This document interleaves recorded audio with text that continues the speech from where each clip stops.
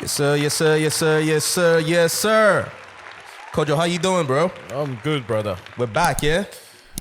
We're back like we never left, bro. We never left. Yeah, we've always been here. We've always been here, bro. We keep on feeding the people, bro. You get what I mean? Yeah?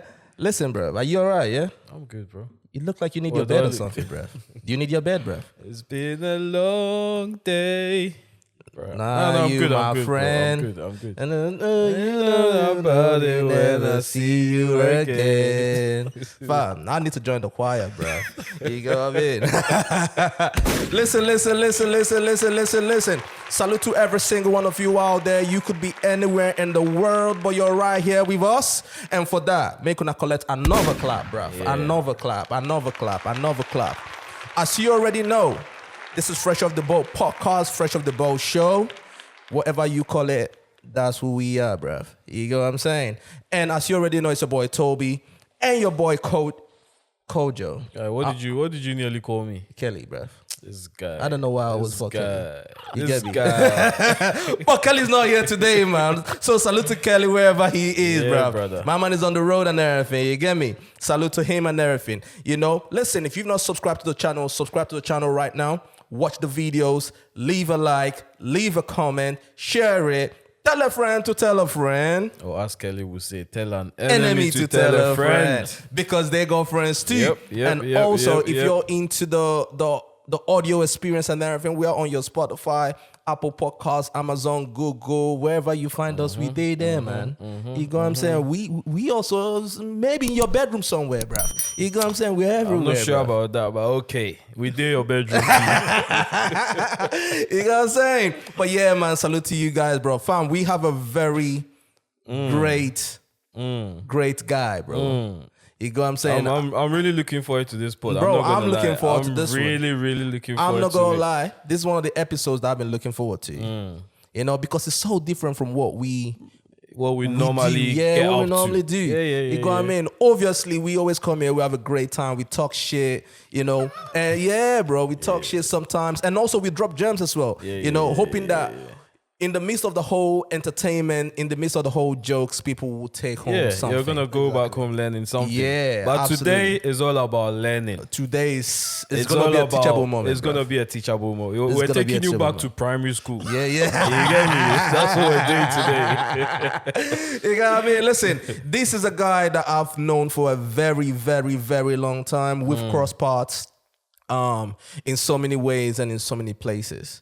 And it's so amazing to see where we are today, you know. And when he came in, I said, like, bro, this life's like a movie, bruv. You know what I mean? But you know what? And he said to me, we just have to keep on watching the movie. You know what I mean?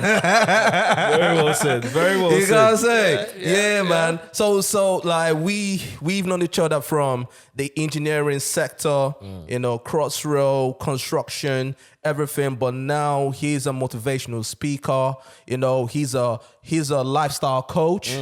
You know, he's a man that wears different hats, bruv. You know what I'm saying? And who am I talking about? I'm talking about Mr. Wale, bruv. How are you, my G? I'm doing very, very well. Listen, Very well. Listen, it's so nice to have you, man. Thank you. Thank you so much, my brother. Are you feeling comfortable though, yeah? I am super comfortable. You good, yeah? When I see my people, I'm happy. My guy. That's what we like to hear, man. That's definitely what we like to hear, bro. Now, it's so crazy because we've known each other for a very long time. Yes. Very, very long time. I believe 2012, 2013 and everything. Yeah. Okay. Back then, yeah. Bro, More this than a like decade now. Yeah, this like the early days of Crossroad. Yeah. Wow. Yeah. Putting piles on the ground. Putting piles on the ground and You know, everything and sleepers. Yeah. For people that are into railway and construction. everything. I thought the crossroad had been around longer than that I think it was around 2009 when they first started. when When first it first started. started. Yeah, And the then- construction phase. Yeah. And then seen. it started picking up, ramping up. Was Spreading across and all. Okay. all over the town. Paddington, Bond Street, Whitechapel, Farringdon. Yeah, like Abbeywood. Abbeywood. And you know, back at Abbeywood, when I first moved to this country, they used to say like Abbeywood is very, very far. Is it? Yeah. Yeah, people that used to live in like even South London, they used to say, Abbeywood is too it's far. too far, bro. Yeah. But now, Abbeywood is straight away to Heathrow. Bro. Oh, they've got rail from Abbeywood straight to Heathrow. Yeah, Crossrail goes straight to Heathrow. I believe it's like 40 minutes, isn't it? Something like that. Yeah. I think it's a very... Yeah, it's very quick. Now, tell me what that would do to property prices. Oh my God. Yeah. Oh my God. I remember really well because I was living in Abbeywood. Yeah. I was living in Abbeywood and everything. I remember before Crossroad came, what properties were like. Yeah. And when the construction started, what properties became. Yes. And when the construction finished, Oh my God. they are building like brand new, like you get funding easily now because of the way the place Because is. of the way, yeah. What do you mean you get funding? Like you like if you're a developer. If you're a developer, Oh, okay, yeah, okay. Like if you go and pitch to a bank and say, this is what my plan is. I want to buy land here. I want to demolish and rebuild. You know, there is like, if you are looking at all the analysis, I'm not a financial person like that. But you would look at that place and look at what is the future value of any apartment built here. Because you are on a major railway line. Major railway line. So that's the reason why now, bro, when you go to Abbeywood, there is bare apartments, bro. Like high rises, bro. it's not rocket science. It's changed. Yeah. It's changed. You know, back in the day, Abbeywood, you know, for people that live in London, obviously Southeast London and everything, yeah. Abbeywood had this reputation of being this dangerous place and a lot of travelers and this and that and that. But what happened was, as Crossroad came in, you know, it had its good side, but then also a lot of people got shipped to Kent. Okay. You know, so a lot of people, the council and all that, you know, a lot of people now went into Kent and all that, you know, when they started developing the whole area, you know, and then all these new apartments and everything started coming in. Yeah. When you now look at some of these new apartments that is like from here to here, so tiny, bro. They are telling you 300,000. Easily.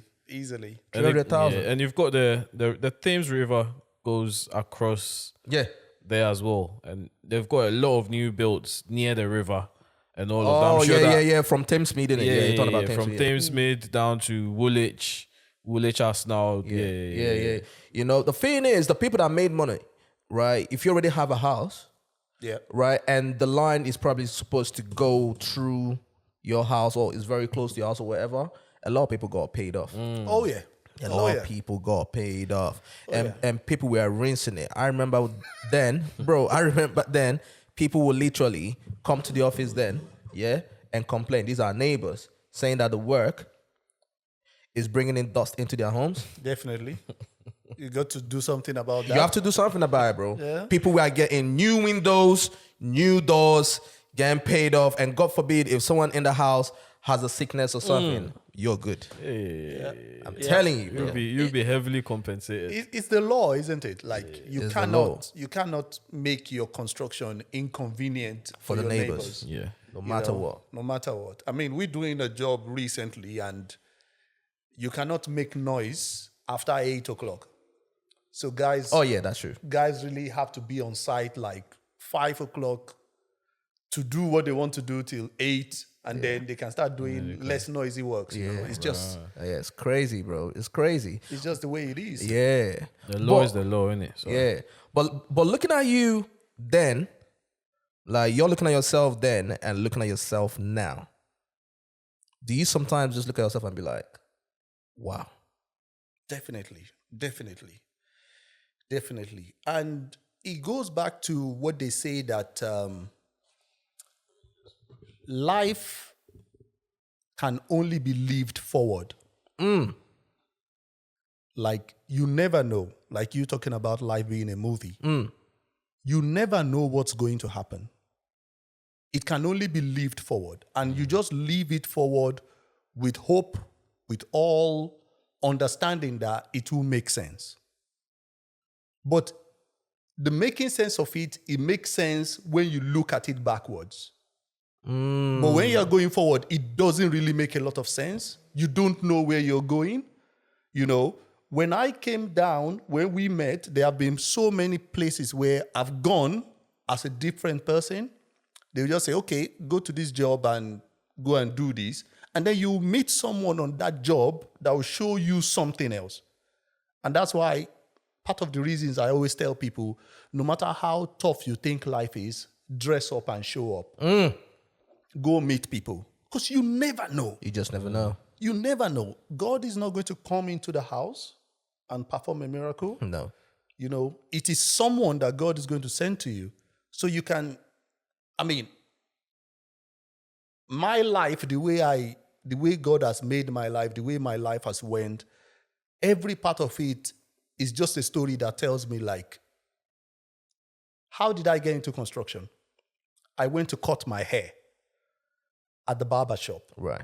And the barber, I was telling the barber that, look, barber, I'm unemployed.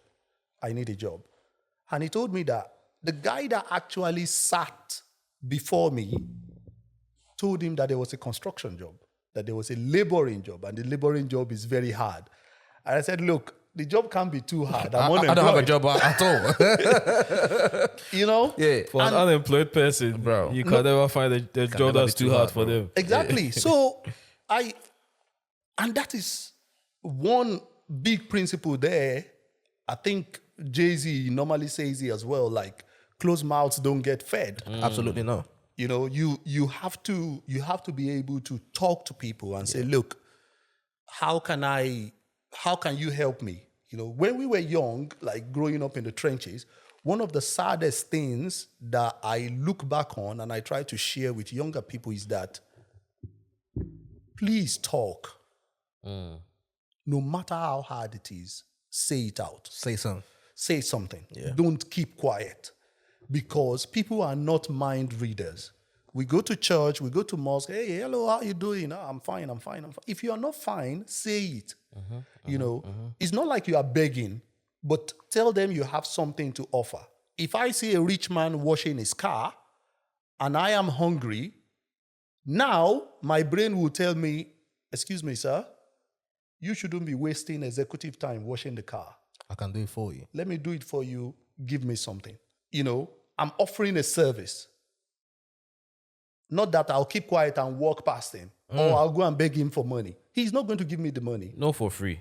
You know, so that being able to talk and ask questions, ask for opportunities, you know, I mean, what's his name? Steve Jobs. We were talking about Apple not long ago. Yeah. Steve Jobs said he was like a teenager when he phoned up Hewlett. I think Hewlett is the guy that did Hewlett Packard or something. Yeah. He phoned that person up and said, look, can I come and do something in your factory or something? I'm looking for this thing, like a connector or something. He gave him that thing he was looking for, and he gave him the job as well. So he said, most people don't ask. And what did the Bible say? Ask. And you shall receive. And you shall receive. Do you think people are just too there's too much ego in people? Is that why they don't ask, or it's just stubbornness, or what could it possibly be? There is the ego bit. Probably some people think, but there is also the fear of being judged. The fear of rejection. The fear of rejection. Yeah. And if you don't overcome the fear of rejection, it's going to hinder you. It will stop you. It's going to hinder you a lot. Steve Jobs has another one on that. He said, if you are scared to fail, you won't go very far. Wow. There's nowhere you're going. You just got to keep on trying. My student visa, I talk about this thing a lot. Before I came to the UK, my visa was denied 7 times. 7 times. Wow. 5 times in the US, 1 in Europe. Even the UK denied me once. Then I had to do an appeal. Okay, I got it after 7 times. Then I read about this guy, you know, the owner of Zoom, the guy that founded Zoom. Yeah. Eric Yuan. Yeah. He's from China. He's a billionaire now. This guy's American visa was denied 8 times. You know what I mean? Like, life is just like... crazy how life works. Like, you just have to keep trying. Yeah, crazy how life works. So imagine if he gave up on the 7th time. He's right. He'll probably not going to be here. Kojo, they don't want to give it to you before, and now you give up. It's gone. It's gone. They don't want to give it to you already. They don't want to give it to you. So you just gotta keep on trying. Yeah. Why give up then? Why give up then? What is the worst that can happen? You know, they say like this guy Jeff Bezos has this thing. He calls it regret minimization technique. Like he looks at everything and say, when I'm 80 years, will I regret not doing this thing or not? You know, and when they checked people that are dying, like people that are dying, they did a survey of them, and a lot of them did not regret what they did. They regretted what they didn't do. That's always the case, yeah. That's always the case, yeah. The path not taken. Yeah. Maybe if I had done that, maybe like just go and do it. True. At least if it doesn't work, you know you tried. At least you tried. Yep. You know you tried. Yep. Nah, bro, that is so true, man. Listen, when I listen to you speak and everything, because I mean, I follow you on Twitter and everything. You're big on Twitter, a lot of followers. And when you're dropping all these gems and everything, I go through the comments and I see people appreciating you for the knowledge that you're giving them and everything. And some people don't know you are a civil engineer. Yes. You are a civil engineer. Like some people look at you and some people think, okay, he's just a motivational speaker or life coach. You are a civil engineer. Yes. You know? But let's go back to the beginning, bro. To the beginning. I'm talking about from way back in Nigeria, bro. Because he mentioned something. He was like, growing up, we grew up in the trenches. In the trenches and everything. You know? Because when people listen to you, they just listen to you in the present. Some people probably don't know your story. Yes. So let's go back to the beginning, bro. What part of Nigeria are you from? I'm from Oyo State, but we grew up in Lagos. You grew up in Lagos. What part of Lagos? Mushin. Oh, Mushin to London, bro. Yeah. Mushin to Mohit. Mushin to Mohit. That was okay to they call them. The Banjan them, bro. For people that just jump into Afrobeats, bro. Go check that album out, man. Yeah. What was Mushin like? You don't say what was Mushin like. What is Mushin like? Because I go back as much as I can. I still see the challenges. You know, and there's this thing that they call social mobility. Like, how many generations will it take for things to change? And I think we are struggling a lot in that area. Mushin is a tough place to grow up. Very tough place. You know, like you looking at places like Ajegunle, them Daddy Shoki, Baba Frayo, and those kind of things. Yeah. Like some people can call it the slum, some people can call it the trenches. You know, the hood. Mushin is a tough place to grow up, and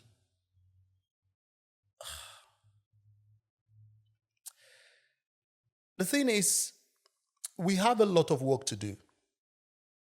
All of us that have gotten a little bit better, you know, like we have a lot to do in terms of helping other people to achieve their dreams as well. Right. That area is tough.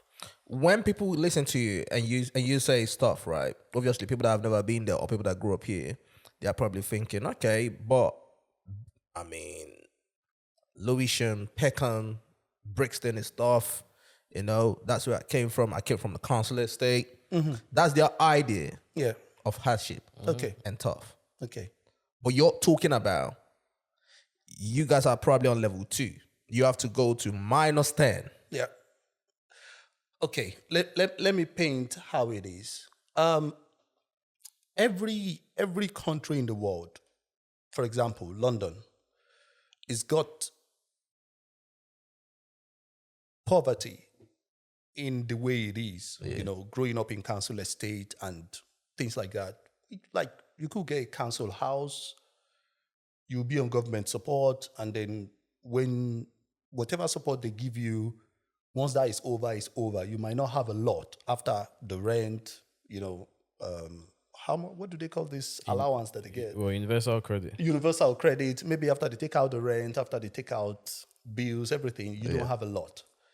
The thing with what we have in Africa is that you don't get any support. Not at all. You don't get anything. Even till today, if you are unemployed, you are on your own.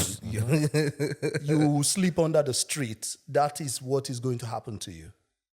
So you don't get student loan. I've heard they've started doing something now. Nothing comes to you. Nothing. So you literally, if your parents are poor, that's it. That's it. That is it. What you will see, the things that you will encounter, is not something you want on your enemy. That is exactly what it is.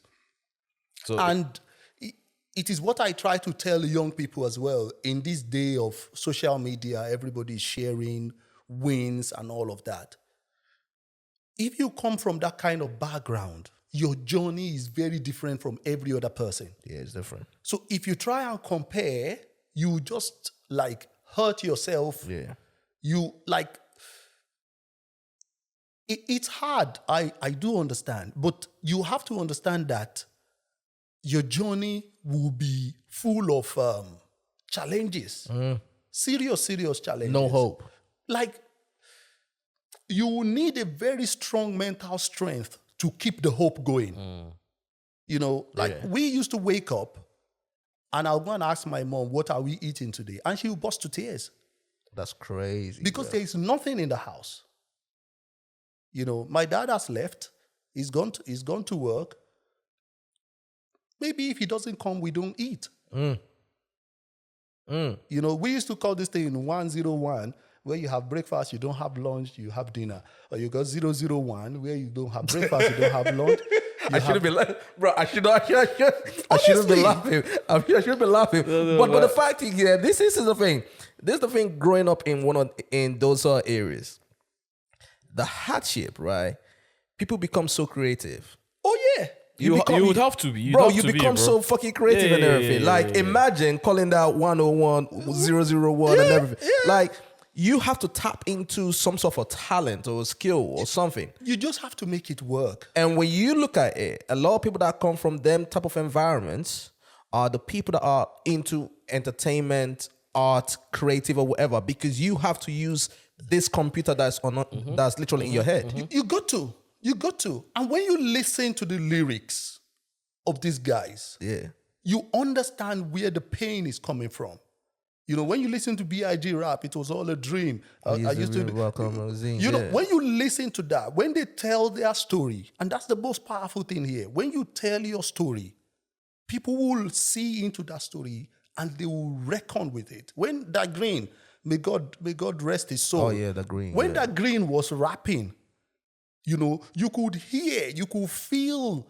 Like this is how things are. When Wande Cole is singing, you know, you see that vibe, you see that energy. That's where he's from as well, isn't it? Yeah, you see that limitless pit of emotions coming out in those songs. It's because when when they were singing "Destiny Land for inside Ajegule, I said them born house." I know that song. You know, like. When African China comes out, when Daddy Shoki comes out, when Timaya comes out, it's different. Know, I say they don't kill them, Papa. You know, that is their real life. This is what people are living. You know, there is a place called Akala in Mushin. Akala is a notorious place for drugs and all of that. Like the federal government knows Akala is a notorious place, and they don't do nothing about it. They raid, it comes back, and it's just an ongoing circle. Yeah. You know, there's a place very close to us, like they call it Empire. Empire is a notorious brothel. You know, and these are the things you wake up to see on daily basis. The day I mentioned the Empire online, somebody said he was in a public transport, and then the police stopped the bus, right? And then they started having like a disagreement, you know. And then the bus driver insulted the police by saying he used to go to Empire. And the policeman dealt with him. Are you serious? Because that is one of the biggest insults you can give somebody. And then the guy will start asking me, what is empire? I said, you don't know what empire is. So basically, for people that don't know, that's where you go and pay for prostitutions and stuff. Exactly, exactly. So when you wake up in places like that, you don't get a lot of inspiration. So you literally have to inspire yourself. Yeah. Because the things you see on daily basis, your environment conditions you. Yeah, 100%. And they say talent is in abundance, but opportunity is not. Yeah. There are people that I used to take my maths to and say, can you show me how to do this? The conditions those people eventually ended up in are places where you think, wow. I can't believe it. How could these smart people end up like this? So you growing up there, what were you like growing up?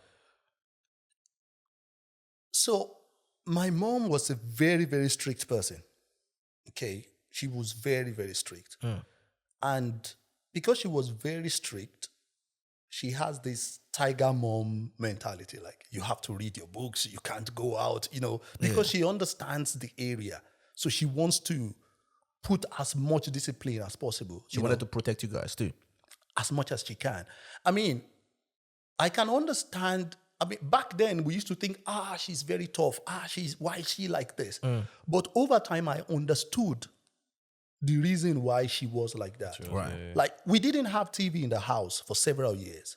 Are you serious? I'm telling you, we have to go and watch TV at neighbors' places. Bro, you know what? That's crazy because growing up in Nigeria, I'm not going to lie, right? My family was the house where some of the kids come to watch TV. You know what I mean? Like, and that is their own reality. And literally, you're watching TV, and when you look out the window, you see kids watching on the window. Exactly. Watching TV. Exactly. So we used to go to another person's place to watch TV. That's and my mom would be like, you cannot tell them that you've not eaten. That would drive her mad. Why? You have to be content. So basically, she doesn't want others to know the struggles. Know the struggles. So if you go somewhere else to watch TV and they offer you food, you can't take it. You'll be like, no, I'm fine. Hold on, like, even though you're hungry. Hungry. Bro, I'm going to eat the food and come back and act like I didn't eat food, bro. Exactly. That is mad. My mom would be like, if it is gari that I can give you, that's it. You have to be contented with it. Talk true. Did you go to another neighbor's house and they offered you food that you ate? I ate sometimes. Oh, of course, bro. Come on. You eat sometimes. You have to eat, bro. You got to balance you the have act. to, man. So what now happened was that my dad was a junior staff, like an insurance broker. He was because they didn't go to university, the two of them. Secondary school was the highest they went to. And you know the way Nigeria is, if you don't have degrees, life is very, very tough if you want to get through the corporate world.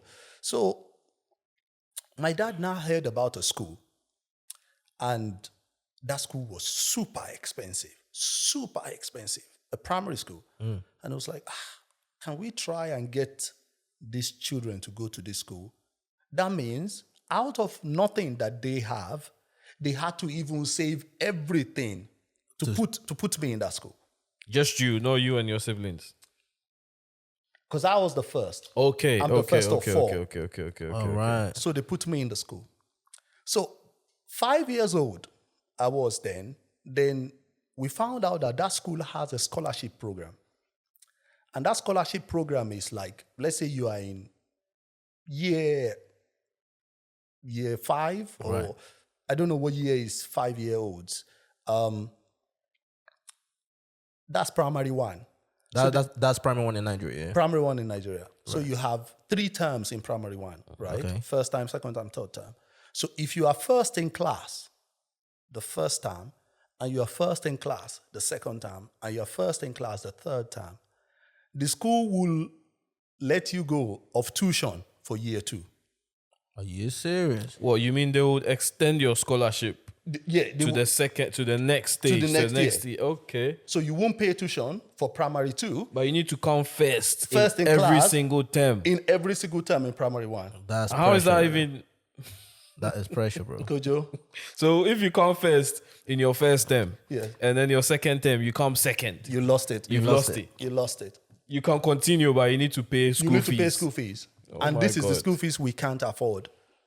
So my mom sat me down and be like, Wale, there is no chance in the world that you are coming second.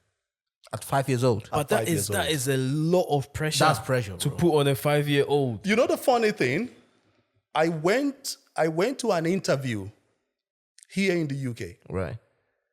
I was going to interview for a big job, tier 1 contractor.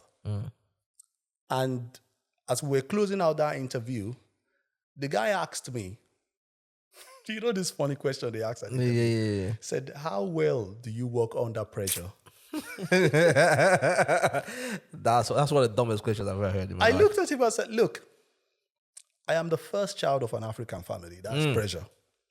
That's pressure, bro. I said, at 5 years old, I had to win a scholarship to stay in school.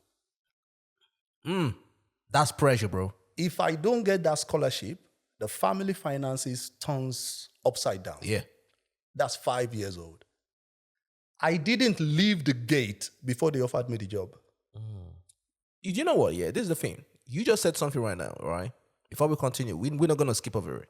People don't understand what it is like to be the first child in an African family, bro. Whoa. Especially if your family does not have enough. Bro, you're the breadwinner. Like the you're pressure the one is everyone on is looking. you. Yeah. Right? And now you're comfortable. You're now expected to take care of the whole family, bro. To give you a hint of that, my youngest sister just graduated university. All right. University of Ilorin. Yeah. She did computer science. Yeah. I took on everything. Yeah. I usually call her my first daughter. Bro,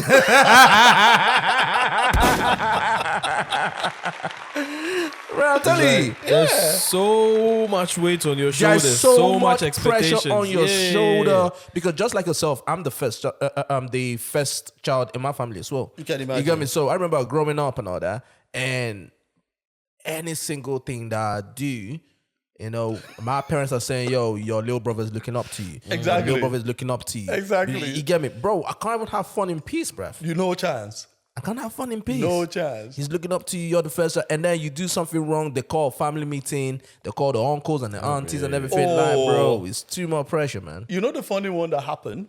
When our parents talk, we don't talk back. No. You don't talk you then know. You just keep quiet. So I didn't know what I did that night. Sorry, bro. I tried it the first time, and that was the last time I tried You it. won't do it again. you will regret it. you won't do it again. Yeah. So there was no power, there was no electricity. Yeah. So I did something, and then my mom reported me to my dad. And then in the middle of the night, they woke me up. And then my mom was now relating it to my dad, and they went on and on. But because you don't talk when they are talking, You can't defend yourself. they didn't know that I had dozed off. So they just kept on. You're in trouble. So I dozed off for probably 45 minutes or 1 hour. I woke up. These guys were still there. They were still talking. I was like, Yeah, bro. You can't say nothing. you can't misbehave. You cannot say nothing. You can't even defend yourself, bro. No way. You can't defend yourself. And when you wake up in the morning, you still go and greet them. I'm sorry for yesterday. You need to. Of course. Fam, just like yourself, if I do anything wrong and my mom says, yo, let's wait for your dad to come back. Jesus Christ, bro. You know me? what's happening. Fam, once I hear the horn of his car coming in, fam, I rush into my room and like act like I'm sleeping. You're dead. You got me? I'm out like I'm sleeping, so that hoping that they will say, okay, he has dozed off, don't disturb him. Let's wait till tomorrow. Nah. I remember one time when I go into Fam, trouble. listen, bro. Go. Daddy wants to see you. Oh yeah. Wake up. He wants to see you, bro. And you know what that means. You know what that means. Now, I remember one time when I got in trouble, and my dad was ill at that time, right? So I thought, oh, good, thank God he's ill. By the time he recovers, things would have boiled down. Yeah. Bro, he recovered in a week. And still And then, bro, took his belt out. Yeah. And then still whipped me. And a week after. Your case. You went back to the case. You took me back to court. Case pending, bro. Bro, I was like, bro, you did. So you didn't forget about this? No, not at all. Not at all. Nah, bro. So we went on that scholarship like that, and my mom, she would sit with me every day and study with me. Even though she just went to secondary school, she would sit with me, and we studied together. Year 1, 3 terms, done, first in class. But that robbed me of like running around, playing with children and all of that, because there was no way I could become second. Even in class, they used to banter me like, "Oh, you want to become first? You won't be first this time." I'll be like, "Look, left to me, I just want to play. Yeah. I just want to have fun. I just want to have fun." But there's this pressure. I have to become first in class. Yeah. That's how I did it from 5 years old till 10. We didn't pay tuition. That is crazy. And I was first in class all through. That was crazy. How does that make you feel though? Like, I mean, it's easy to say now, I appreciate it, right? Because of where you are in life now. But when you look back at that time, for 5 years, 5 years old to 10 years old and everything, you can't really have fun. You can't really do what other kids are doing. Yes. You always got to read your books. You get reminded all the time, listen, Yes. we have this scholarship and everything. Don't do this and everything. Okay. When you look at that and everything, how does that make you feel? This is the way I look at it now. Back then, I didn't like it. Of course. But when I saw the things that came out of that experience, You appreciate it now. I appreciate it. And now let me now give you the bit that came out. And this is where I think naturally I just came into a life of service. Because my mom was studying with me with those Montessori books, she kept those books. She still has some of them till today. She now became a natural lesson teacher. For people that don't know what a lesson teacher is, what is that? A lesson teacher is like an after-school tutor. Yes. Okay? Yes. So because of that, and the challenges we have in that area that we live in, we have like students that were like 10 years old that could not even write down their names. Oh, yeah. Because the schools in those areas, they lack funding. They are terrible. So what they now used to do in our area then was that everybody will now bring their child to Iyawale. So she now turned our living area, as small as it is, into an after-school class. So if there is a child that is being like going out of the rank, the parents will bring that child to your mom's house. To my mom's house, and she will use my books to teach them after school class. Was she getting paid for it? She was getting paid. Okay. Even when my dad lost his job and things were challenging, all of us will sit down in the house and be helping out with the tutoring. Wow. And that was a source of income. And if you now look at the children that came out of that room, one of them had a first class in accounting in the end. One graduated recently. He was top of the class accounting and finance. My youngest sister, she didn't go to primary school at all. The one that did computer science. The one that just graduated, she was taught fully at home. Wow. The 2 siblings that came after me, they couldn't go on that scholarship. My mom taught them at home for primary school. So your mom was doing homeschooling before homeschooling really become a thing? Yeah. It's wealthy people that do homeschooling now. Yeah, that's what I'm saying. Back then, you're forced to do it, bro. That's crazy. If you now look at those things that came out of that, and then you now understand the basic principle that came out of that for me is that whatever you want, you must be ready to pay the price for it. Life is extremely hard. It's not fair. It's never fair. It has never been, it will never be. If you are not ready to pay the price, just forget it. And that's okay. If you just want to live life and think by accident, that is fine. But you must know that the way this life is built, whatever you want, there must be something you want to give to get that thing. Yeah, absolutely. Absolutely. You know, like I was watching an interview with Michael Phelps, Olympic gold swimmer, the most decorated Olympian of all time. This guy said he went like 4 years and not missing a training for one day. Imagine. 4 straight years. Christmas Day is swimming. Boxing Day is swimming. January is swimming. There is a price to pay. No, the thing is, what you're saying is true. When you look at all these legendary people and when you read their stories, Tiger Woods, Michael Jackson, the Jackson 5. Yes. Michael Jordan, Kobe Bryant. Yes. All these guys. LeBron James. Yeah, when you look at their story, they were put into the program. I call it a program, programming the child. Yes. Right? And I always have this theory. Maybe I'm going to do it to my child. I don't know. Right? But it's just one of them ones, especially Tiger Woods, from when they are a kid, that thing that you want them to do or get into, just put that in front of them. Yes. From when they are a baby and they're just looking at her. They're getting programmed. Oh, yeah. They're getting programmed. At some point as they get older, they start doing that. And I believe it was the same thing with Messi as well. Lionel Messi, Oh, yeah. yeah. From when he was a baby, they gave him football. Yes. You know? So it's just one of them ones. You know, every great person had to go through that. It's not by chance. No. It's not by chance. I mean, someone was talking about the story of Nelson Mandela. Do you think, what does it take to spend more than 20 years in prison? Your mind have to be strong, bro. You need, That's no motivation. Yeah. That is something else. That's something else. You know, and you don't, like, we, as humans, when life throws us challenges, you know, it throws us so much challenges, and we think like we can't do it. We don't even know how powerful we are as human beings. Yeah.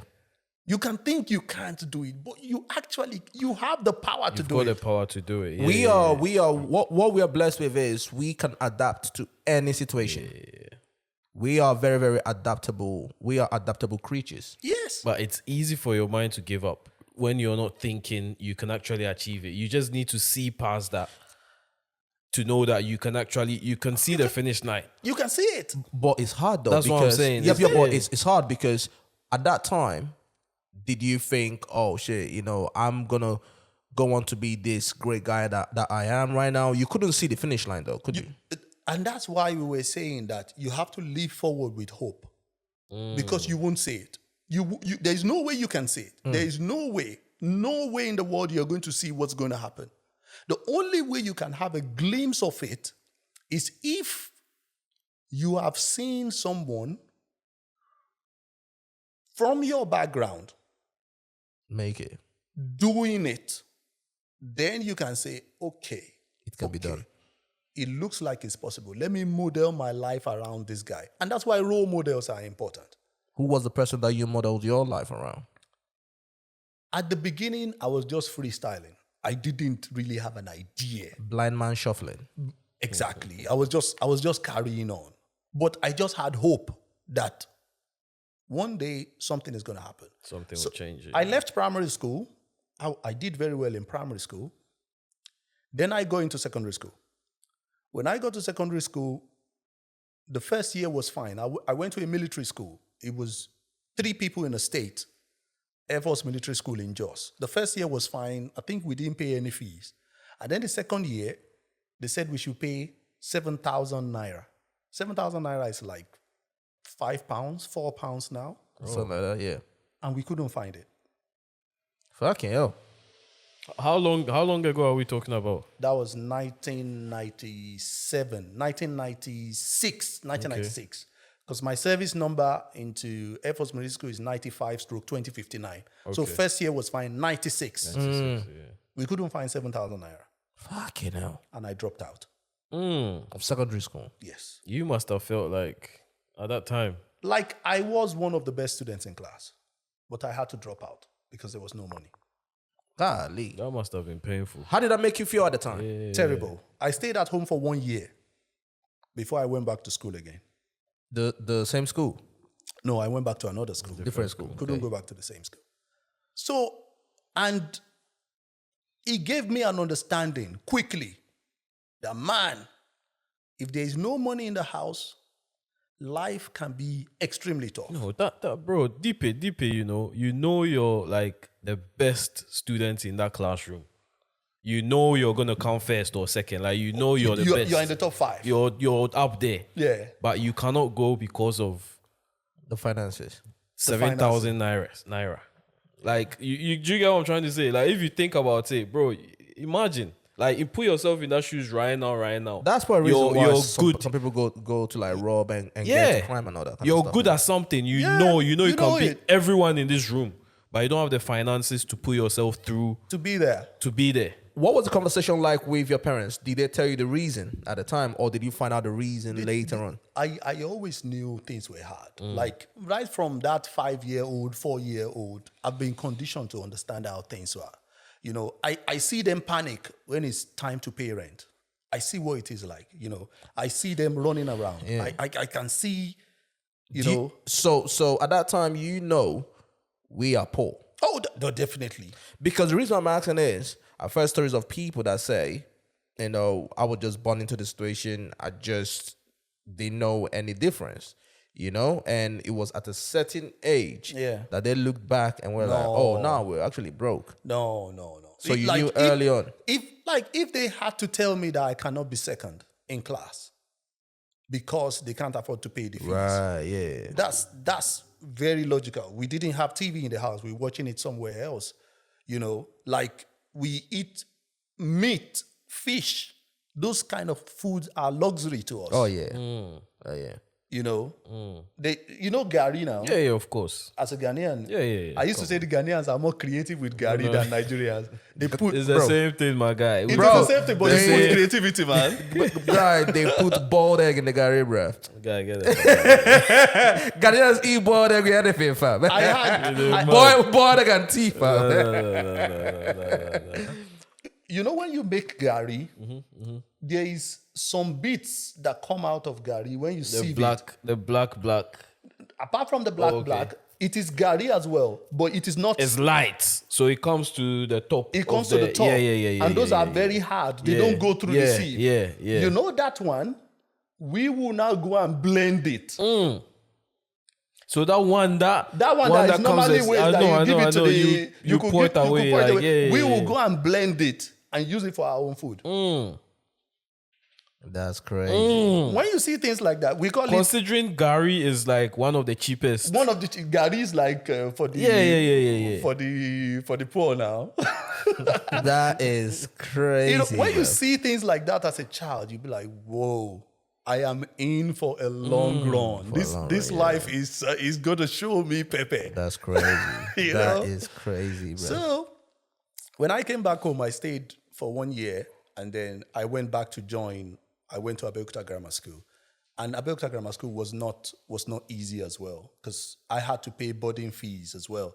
So, a lot of times when I get to school, the school is like half time. The school is like close to the end. Because that's when they were able to raise the money. So when you get to the school, they've done like half of the time. You module on. You just try your best, and it just gives you that understanding that there are so many people that just need a little bit of help. They have the talent. They have everything. If everything is ready for them, they can do so much. And coming back to the system we have here. When I see people, like young people, you've got student loan, you've got maintenance, you've got everything. Put in the effort. They don't like it when we say that, when Africans say that. But it is the truth, though. No, it is the truth. It is the truth. I agree with you, bro. I'm standing on this mountain with you. I agree with you. The thing is, because I got a couple friends of mine that obviously grew up here and everything, like they were born here and all that. Yeah. And they always say, oh, no, you don't understand. They come up with different reasons. And the reasons are valid. Valid reasons, you know. The reasons are valid. But then, just like yourself, because that was the next question that I wanted to ask you. Coming from that situation where you came from, Yes. right? Does that make you have empathy for the people here with all the systems in place for them to succeed? Mm-hmm. But then you look at them, you be like, you have all this. Mm-hmm. Why are you not succeeding? Right? So does that make you have empathy for them, or does that make you be like, nah, I can't feel sorry for you? It gives me the room to have a lot of empathy because I know the challenges are different. But their challenges is fair play to what you came from. It's still their challenge. It is still their challenges. It is still very valid. The problem here is that you cannot say that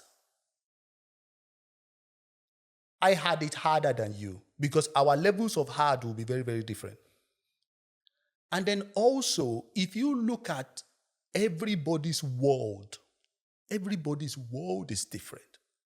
What we just need to look at in the collective is to understand what Warren Buffett called the Ovarian Lottery. The Ovarian Lottery is that I am not able to pick the country that I'll be born in.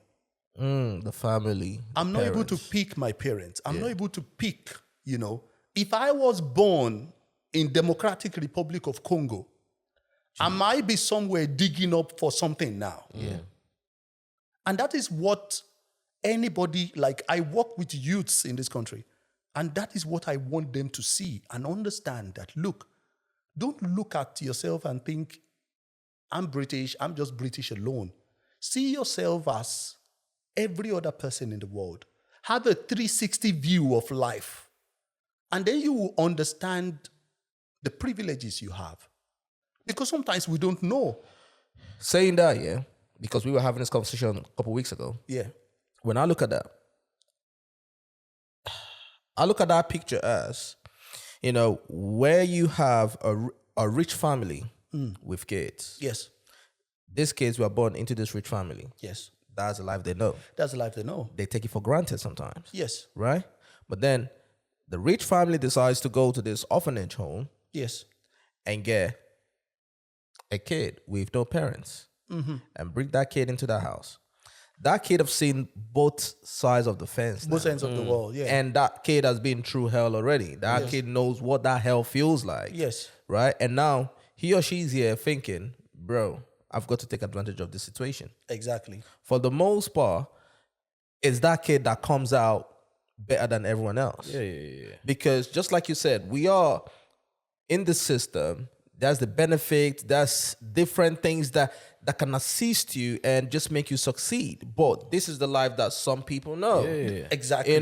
So once it's not convenient, they just say, no, I can't do this. Yeah. Because I was having this conversation with a friend of mine and everything, and we were just talking about it and all that, about, let's assume that someone gets a job, a woman gets a job, and she has a baby, but she doesn't have anyone to look after the baby. And the ladies were saying to me, oh, boy, if there's nobody to look after the baby, she cannot go to work, so she might not be able to take that job. That means that she will need some benefits. I said, what? So it's like there's always that blankets they feel they can it's because the blanket is there. They made an illustration about, I think I've forgotten the general, that when they take the boats, let's say they want to go and invade a city, and they take the boats to that city, and they come off the boats, get on the land. You know what the general does? He burns all the boats. We are not going back. Once he burns all the boats, here we are dying. This is here. where this. So we're dying. We have to win this war. There's no going back. Exactly. There's no ifs, no buts. That survival instincts now keep, like, your basically saying, you know what, I need to do anything I need to do to survive. And one thing I also normally encourage, like, young people, youths here, is that there has never been a time in the history of mankind that life has been so easy. Forget about Africa. Let's forget life in itself. You know, some people were sending letters to communicate back in the day, yeah. Back in the day. I mean, even rewind it back. They were sending pigeons. To deliver messages. Exactly.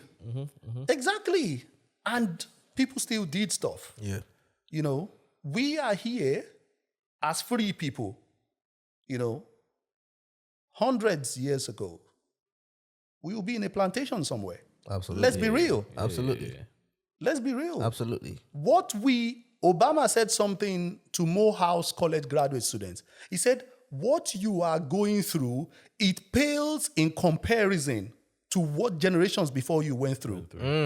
If they can do it, I mean, there were some times when people like us cannot vote. Absolutely. There were some times when people like us cannot have rights.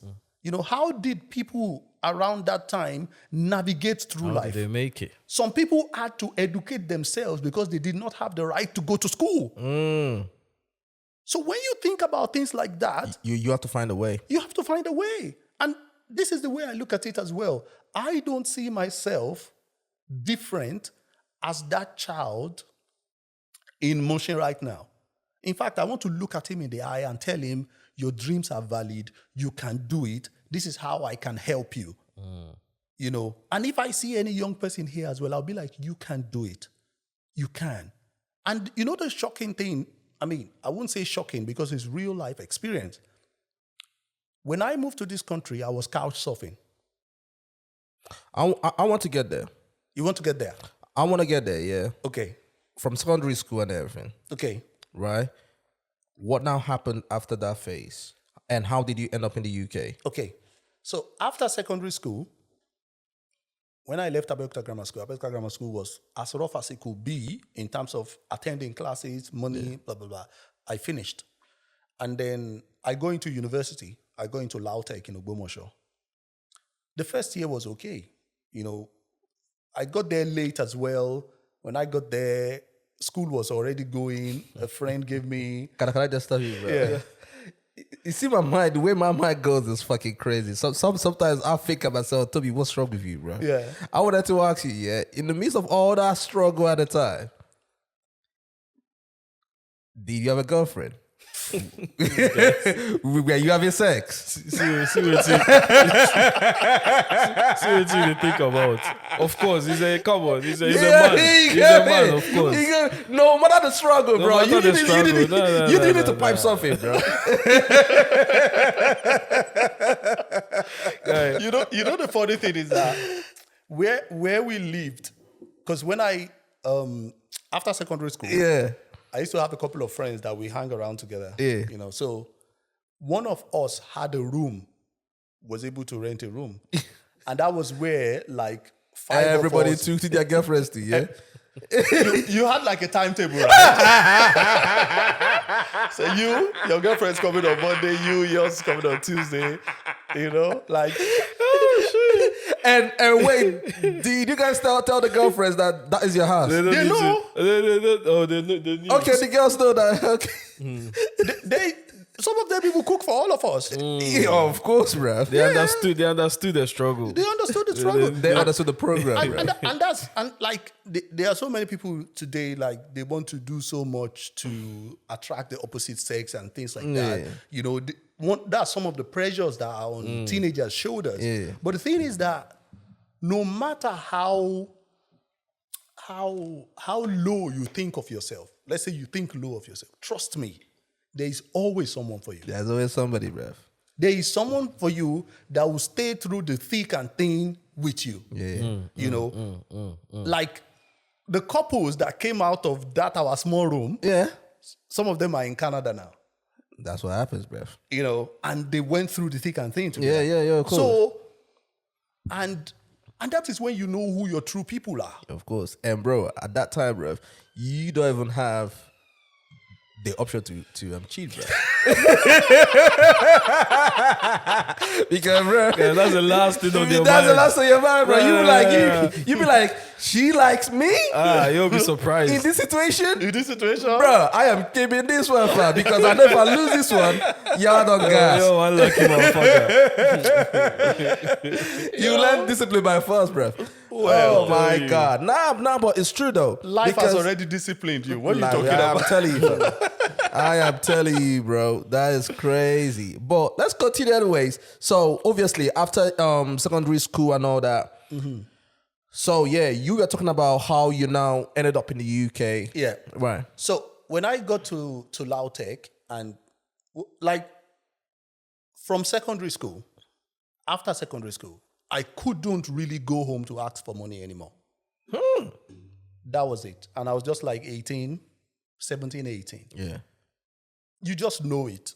Like, you can't go home and be saying, you're going to collect school. Because now they see you as an adult. Because like, yeah. You know, that was it. So you have to be out. You have to be up and coming. You have to think of, okay, what can I do? Right. So when I go into Lautech, first year, I think I got there second semester. And I think I got towards the end of first semester. And then first year went. And then second year,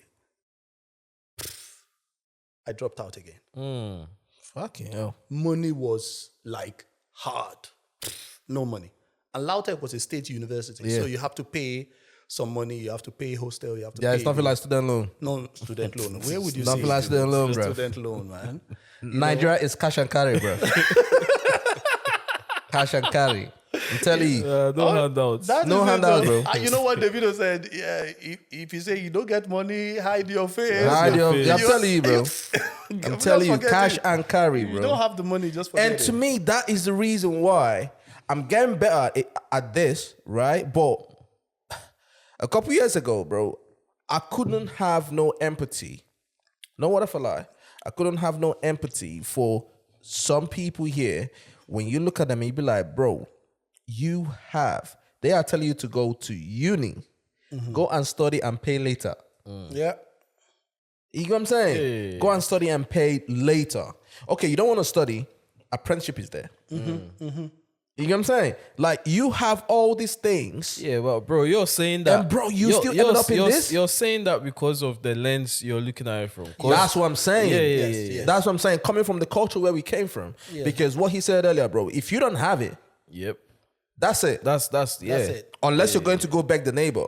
Which the neighbor will look at you and be like, bro, the way you're suffering is the way I'm suffering too. What's wrong with you? I've got the same problems. You know what I mean? There is nothing like benefit. There's nothing like that, bro.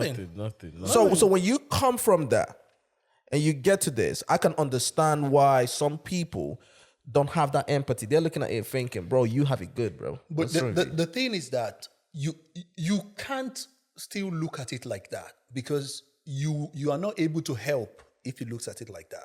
You want to look at that person and be like, okay, what do you want out of life now? You know, if you don't want to go to uni, if you don't want to do apprenticeship, what do you want? You can have whatever you want, but you must understand the price you have to pay for it. It's not free. It's not free. It's not free. And that's what we all have to understand. You know, the conditions that you complaining about, your reasons are valid. Your reasons are legitimate, you know. But how do you want to navigate around those challenges? Yeah. You know, because nobody will give you nothing for nothing. Absolutely not. You must bring a value to the marketplace. Absolutely. Whatever you want to do, whatever you must bring something, because money is not God's creation. Money is human's creation. Yeah. You know, it was invented, didn't it? As a unit of account. So that if you owe me something, I can know what to give you. Before, it was trade by barter, exchange of goods for goods. You bring rice, I bring beans. But we couldn't measure it very well. So let's use money as a uniform measurement. Absolutely. So if I don't bring anything to the market, you are not getting anything out of the market. And it gets to a point in a person's life where you cannot blame your parents, you cannot blame the government, you cannot blame anybody else but you for the position you find yourself. I hate people that do that. I hate's the strong word, but I dislike people that do that. You get what I mean? When I hear people blame their parents, grown-ups, blame their parents for where they are in life. And I'm looking at you, and you're in your 30s. You said, nah, if my parents... Fam, your parents could do what they could do. With the information they have. With the information that they had.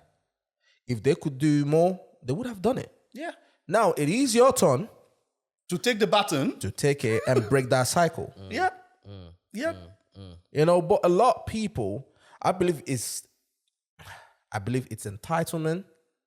You know, a lot of people are stuck in there saying, oh, you know, I'm where I am today because my parents didn't do A and B for me. Bro. Would you say that same thing about the people that blame it on the government as well then? The government will always be the government. The government will always be the government. If you graduated during the 2008 financial crash, what could you have done about that? Oh, not much. Look at Greece. Look at Italy. They had it bad of all the European countries. People with 2 degrees left Greece to come and become bartenders here. Yeah. What do we do with life? We carry on. You have to carry on. We push on. We keep trying. But you understand your journey. You understand where you are. You know, okay, my parents didn't do this for me. They couldn't do this for that. Okay, they've tried.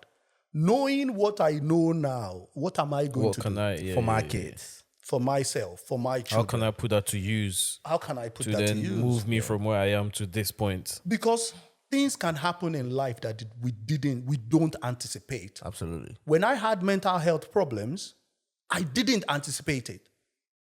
I went to work that night, like going to work. I had plans for the next morning, and I ended up in the hospital. What the hell? And I spent 5 months there. Wait, was this where you came to the UK? In the UK. So how did you get to the UK? We keep on skipping that for some weird reason. Let's get there. So when I left Lautech and I was back home, somebody came to me and he said, look, area boys, we're just in the area. I was like, look, you're a very smart guy. I know you are good with academics. There is a scholarship in the USA. If you do this exam called SAT, you can get a scholarship to the USA. I was like, oh, how is that even possible? And that was just around the time when cyber cafes were coming to Nigeria. That was around 2002, 2003, 20 years ago. I was like, okay, is that even possible? We went on the internet. We started looking around. My parents didn't know what internet was. They were like, oh, what are you boys doing? We started extracting information. Started going to US, British Council, you know, USIS, United States Information Service. We're going there, we're seeing books. We're writing emails to schools. Schools were sending prospectus to our house. The first prospectus I received was from King's College, University of London. Oh, yeah? My mom looked at it and she was like, how did they even know where we live? Get your address to You know those glossy prospectus? Remember? The postman knew my house. Because I was getting prospectus back to the back. America, UK, Germany. So we started on this travel abroad thing. We knew every country and what it takes to get admission in each country. You had to study that. You have to study. And that goes to doing whatever it takes. The determination. When I was in Malaga, I met a guy from Gambia. And what he was doing, he was the one selling sunbeds by the beach. You know, like those lounges. So you hire it, you pay for it, maybe for an hour or two. Or whatever, This guy was speaking French, he was speaking German, he was speaking Spanish. He was just chatting with the tourists. And I'll call him, I say, my brother, how did you learn all these languages? He said, look, I had to learn it. Born in the boats, I've got no options. If I don't learn these languages, there's no way I can make money around here. You know, when you talk about people having something to fall back on, this guy has nothing to fall back on. That's it. So he had to learn the language. He had to learn it. Yeah. So we started looking around. The funny thing is that we started even packaging the information to sell it to people. People were coming to us from Ikoyi to say, oh, my child wants to do SAT, and then I'll sit down, assess the child, and say, look, with what you have, I think UK is the best for you. And then you pay me some money. Just to give them that information. Just to give them that information. Imagine you giving them that information and you've not even been to the UK to know what's good for them. You know what I mean? You know But bro, there's so many people back home like that, you know. Yeah. They've not traveled, they've not stepped their foot anywhere. They've but not gone nowhere. They will tell you everything you need to know. The funny thing is that there was a guy in our group. You know when they show films in America? Yeah. You know when they want to show like a scene, they show you the top of the city. Yeah. This guy will look at it and say, I swear to you, he'll get it right. He knows everywhere. He knows everywhere. When they show, that's Dallas, Texas. And you look at the bottom, Dallas. That is crazy as hell, bro. The guy's in Alabama now. Rightfully, he's there. But that's the thing, though. Going back to creativity. Yeah. Right? When you come from them environments, bruv, up here is working, bro. 2-4. You are looking at this. Yeah? Looking at this as a fucking, what's it called? A fucking pillow. Right? He's looking at that thinking about money. Yeah. You know what I'm saying? Everyone's mindset is just... Yeah. So he sat there, right, telling people about London. He's never been to London. You've never been to London, no. And people are paying for it. Oh, yeah. Like there were people... When, you know, I told you my visa was denied 7 times. There were guys in my group that were traveling. They were leaving. And I was getting my visa denied. The funny thing is that there was a time when money couldn't leave Nigeria. You know, like due to some laws or something. I traveled from Lagos to Republic of Benin. To send money. To send $25. For real? For my application fee. So you couldn't send any money from Nigeria? Yeah, at Western all? Union couldn't leave Nigeria then. Due to some laws. I don't know whatever the laws are. That's crazy.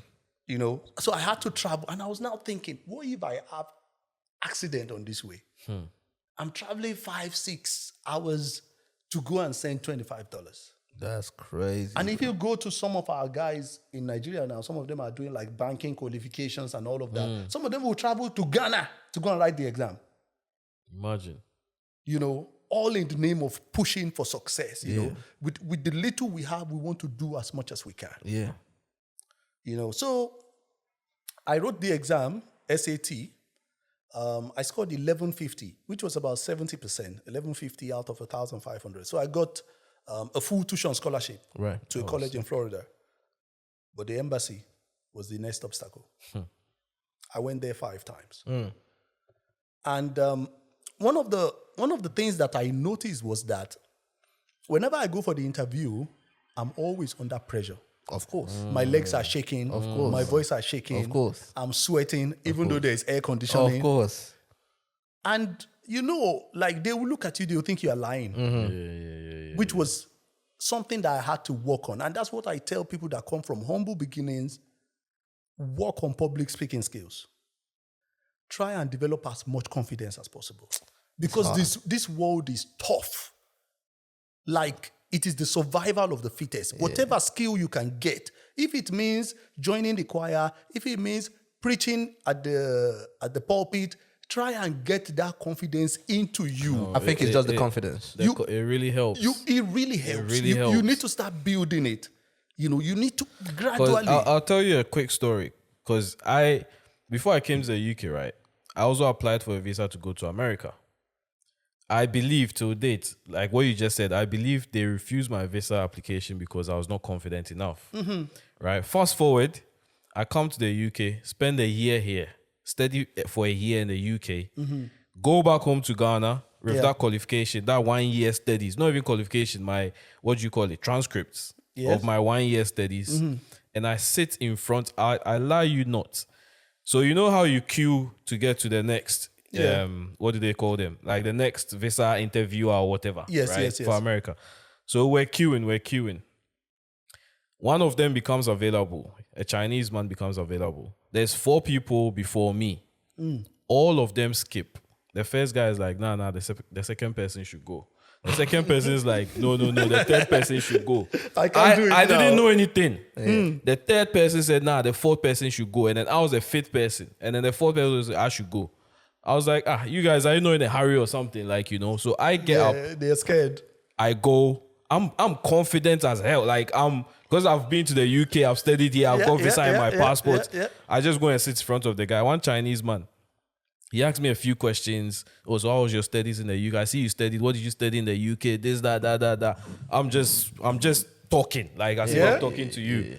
Bro, I didn't spend more than 3 minutes. Exactly. Boom, the guy approves my visa. Exactly. All these people that were waiting were just looking at me, bro. What How did you get it? It's confidence. I'm thinking, it's confidence. And then they now tell me that guy, every week, he only give like one person visa. Wow. Like, he's the most... He's very strict. He's very the strict. wickedest. The most wicked person. And I'm thinking, I didn't see anything to show that. It was all about the confidence. Because I've traveled before, and I just have confidence in myself. Yes, I just know. Yes. And But the thing is, though, I think it has to start early. Because our culture as kids, you're not allowed to talk back. yes. So you're not allowed to speak to your elders. You're not allowed to speak to your parents and everything. Yes. And you see a 10, 12, 13, 15-year-old kid, they can't even have a proper communication with you. They're now timid. They're very timid. Yeah. They can't have a conversation with you. Yeah. And we take that and we grow with it. We grow with it. Now, because of the environment in Nigeria, you're with your friends, beer parlor, you're talking and everything, yeah? Well, I'm telling you, right, I've seen grown men from Africa, from Nigeria, come over here, working on construction sites and everything over here, yeah? This is a grown-ass man with family, kids, everything, bro. This dude's voice is so loud. He's cracking jokes and everything. But once they see the white man, bro, they can't have a conversation, fam. Yeah, there's a lot of work that needs to do on that. You know what I mean? But the thing is, it's just the culture over there.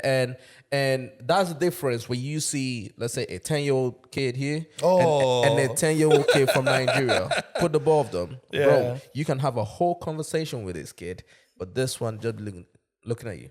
Yeah, there is a lot of work we need to do in that area because That's what it is. I think it's changing now, though, because because of social media, it is changing. and all those kind of things. It is changing, but we need to do more. There's still a lot more to do. We need to do more. And there is something that poverty leaves. I used to say, you can lose money and still have money. But what poverty does to your self-esteem is the most damaging. Yeah. No confidence. Zero confidence. And that's why you see some people, if they don't have money in their top pocket, they cannot have conversation with the opposite sex. Yeah. They can't. They can't. They cannot, bruv. They can't. Cannot, bro. They need to wear and that's where you see that the moment the money comes, oh my God, the status game starts. Yeah. I want to wear the gold, I want to wear the Gucci, I want to wear the Prada, But the inside, you need the self it's low. validation. You need to validate yourself from the inside, not what you wear. That's true. But some people, it is. Someone said, "May you not be so poor that all you have is money." I always tell people, man, it has to be in you, It not has to on be in you. It has to be in you, not on you. It has to be. To come from within. And it is that mentality. When you see people acting like that, trying to play the status game, you say, I can understand. It comes from a place of lack. Yeah. Okay, what can we do to make you feel confident about yourself in your own skin? Yeah. Be happy about yourself. Be happy about your life. Whatever will come to you will come to you. Will come to you. That is it. Be clean. You don't need to, do all this. Yeah. Yeah. Nah, bro, you're right. So you got denied the visa 7 times. 7 times. And then you got it. And then I got it. What was it like? The funny thing, because I did an appeal, and so I was meant to start school in September, and they gave me the visa around July. That was like 8 weeks where I cannot travel. Gosh, the tension in those periods. Yeah. I grew up in Mushin. Yeah. If I hear them fighting, boss here, I'm going this way. Oh shit! Like you know what story, bro? Last days are dangerous. You know what story, bro? 7 o'clock, I'm in bed. I'll go and check it again and look at it. It's still there. It's still there. legit. It's still there. Did you go through that thing where they said don't tell anybody because you don't know people might want to do this to you? That's standard. That one is standard. That's standard. That's standard. You know, That's crazy, bro. that's standard. You know. So now you now came to the UK and everything. Yeah, came to the UK. Right. Life started now. Life started now. And you realize.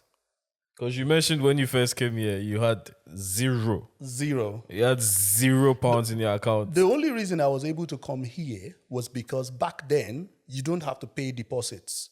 Yes. You don't, yeah. If I had to pay deposit, and that was why UK was my last choice as well. Right. I wanted to go to a country where I could get scholarship because I knew that if I come here, It's gonna be tough. it's going to be extremely tough. Right. You know, so that was what I was looking at. I looked at USA because of the scholarship. I looked at Germany because Germany was tuition free. As at that time, it's still tuition free now for some courses still now. I looked at Finland because back then Finland was tuition free as well. There was a friend of mine that I helped to prepare for his English test. The guy went to Finland and I was still in Nigeria. Fucking hell. You know, those logistics, and that is why talking to people that grew up here, for example, as we were saying before, you could pick your passport here and just say you're going to Spain. You're going backpacking.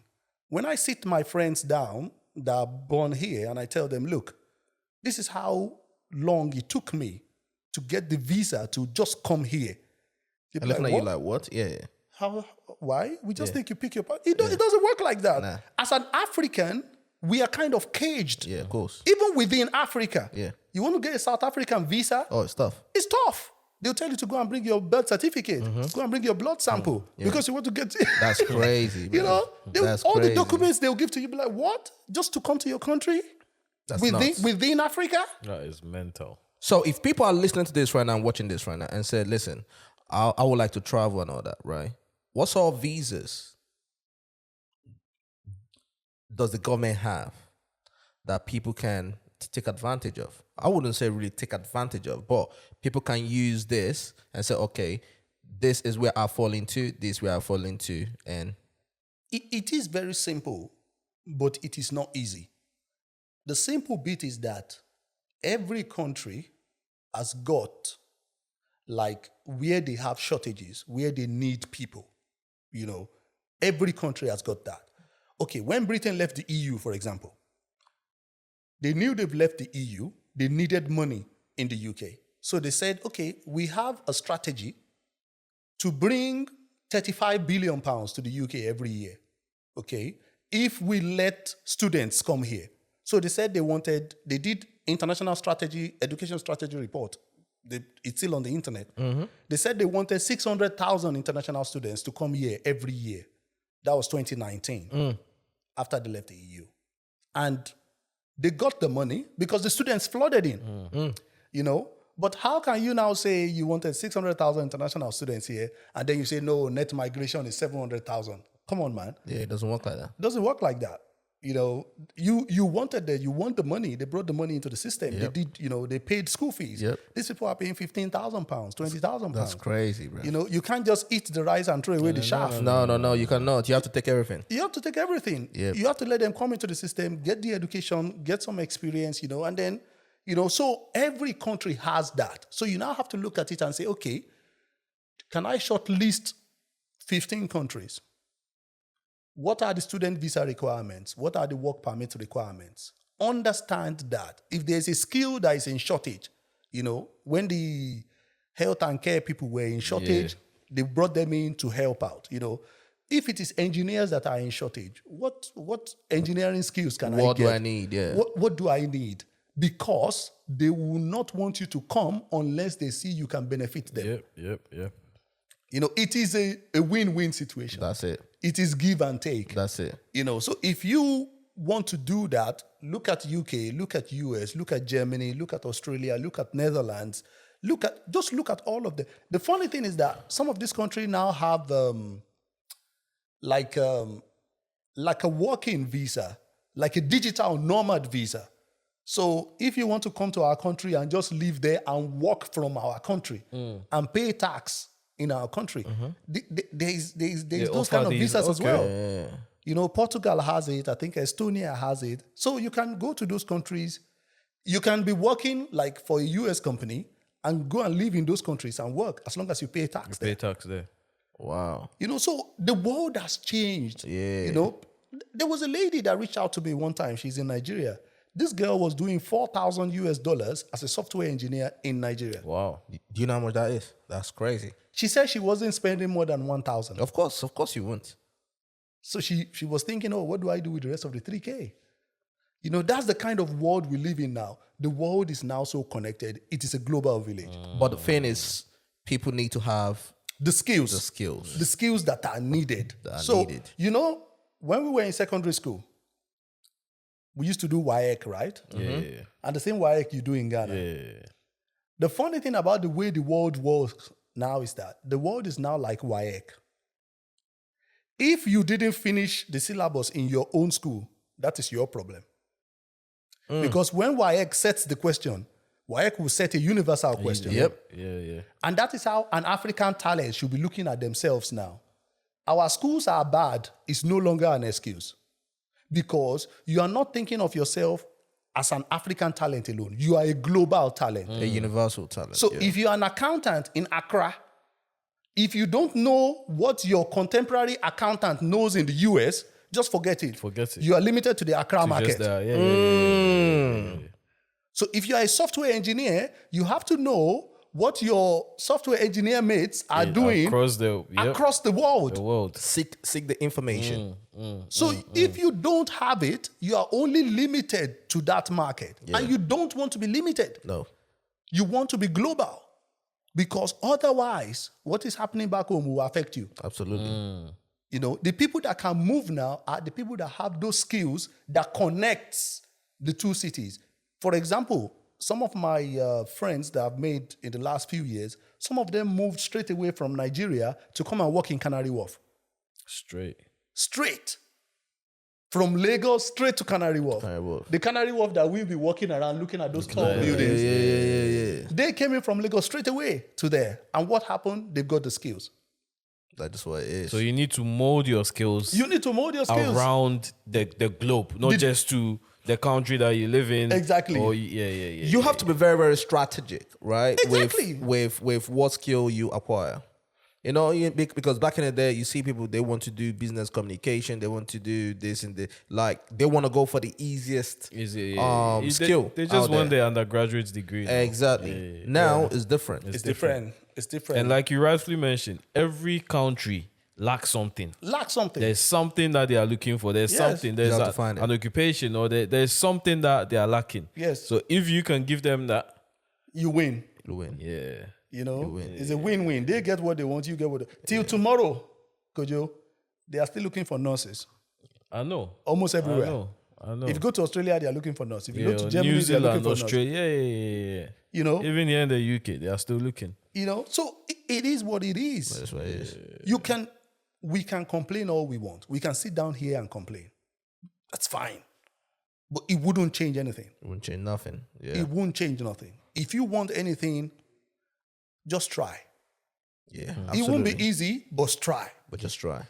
I wanna hear a bit more about your mental health situation. Not directly about yours. Yes. But then obviously a lot of people are suffering from mental health in this country. Some people just don't even know they are suffering from it. Feel free, if you want to talk about your situation, if you want to talk about your experience. It's on my page. I put it there. Oh, fantastic. Just for you don't know. There's this stigma on mental health.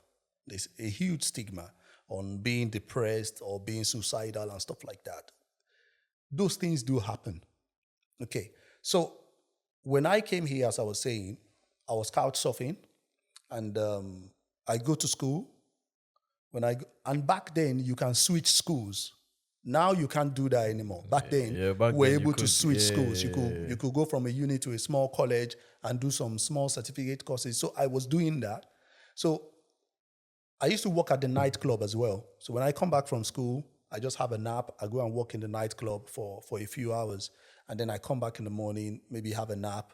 Hold on, like you were working there as a security or? No, I was working on the floor, picking broken bottles. Sometimes I work in the toilet. Sometimes, them ones, yeah. yeah, I did all what I could because for me, I saw it as an opportunity to get an education. Funny, there's this club that I used to work in Notting Hill. They used to do one night on Thursday. They call it yo-yo nights. Right. You're only young ones. All and right. it's always young undergraduates that used to come there. Yeah. And they used to come and say hello to me. They greet me like I'm in the toilet. But they're just happy that, oh, you're going to school as well. They give me tips and all of that. Wow. When I was working at Paddington, I bumped into one of them. He was now a medical doctor. I'm now an engineer. And we were just like, whoa, bro, That's you made it. You didn't give up. crazy. Blah, blah, blah, blah, blah. And Did you remember him or he remembered you? I remembered him first. He was buying food. I was going out for lunch. I was like, oh, do you remember this? And he said, I can't remember. And I said, look, Notting Hill Arts Club, yo-yo. He was like, my word. That's crazy. You didn't give up. Blah, blah, blah, blah. He was just so happy. And that's what I'm telling you about each of us journey. We all want the same thing. Absolutely. But the conditions that we are born in are very different. So our challenges will be very, very different. Yeah. I could have wanted to study medicine, but there is no way I can study medicine. Nobody's going to pay for 6 years of my university education. So what do I need to do? Is there a plan B anywhere? Can I do engineering for a short time? Can I do this for a short time? It's understanding where you stand is one of the keys, and then figuring out, okay, this is my problem. How can I navigate around it? So that was how I was doing, like working the nightclub, go and do some cleaning somewhere, just put everything together. Because then I didn't have to go to the university and pay 10K or pay 15K like it is now. I went to a smaller college. All those things are not possible anymore because they've scrapped them. So there's all those colleges are all gone now? They're all gone now. You have to go to a proper uni where you pay the hefty, like that food, 15K and all of that. That's so crazy, yeah. that was what I was doing then. And then on April 29th, 2011, that was the night before Prince William's wedding. Okay. Right. Full security in the whole of London. Everywhere is watertight. I went to work and I was coming back. Apparently, I went into a taxi rank. And I will usually not take a taxi home. How much am I making that I'm taking a taxi? And I was having a disagreement with the people at the taxi rank, and then they called the police. They said I was behaving abnormally, and they took me to the hospital. But do you think you were behaving abnormally? Yes. Yeah, I think so. Basically, looking back now. Because I sent an email to NHS, and they sent me my medical report. And it was about 200 pages, because I spent like 5 months in the hospital. And you could see the daily report of the things that I did. They will write a report. Your carers that look after you, they will write a report and everything. But you, at that time, did you know I'm crazy? Or did you think this is just normal? You can't. But do you remember what you were doing at the time? When I was reading the report, I was having flashbacks. I was remembering when 3 or 4 people will hold me down and give me injections. I was remembering those things. But crazy. There are some things that I couldn't remember anymore. Wow. But when I read the report and I said, I did this. Funny enough, the funny thing? Yeah. One of my nurses in the hospital, her husband is like a very senior person in Zimbabwe's government now. Yeah. And his wife was one of my nurses in the hospital. So I used to joke with the wife that Priscilla, because her name is Priscilla Manguana. Yeah. And I just said, Priscilla. There was a joke that I was making with her. I think she came late to the hospital that day. And I was now joking with her. And I was now saying, how long did it take you to get here? 3 hours, 20 minutes. And she was like, if I come here 3 hours, 20 minutes, I must be coming from Manchester.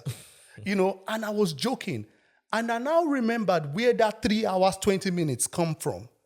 It was from a song that I used to listen to when I was a child.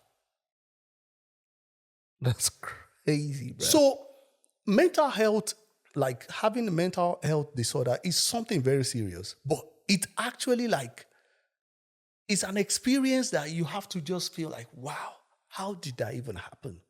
When you were in there, were you like around people that are doing all this? Like all this shit. The thing is that the causation of mental health is different. Cool, why you laughing? You do mad. Some of the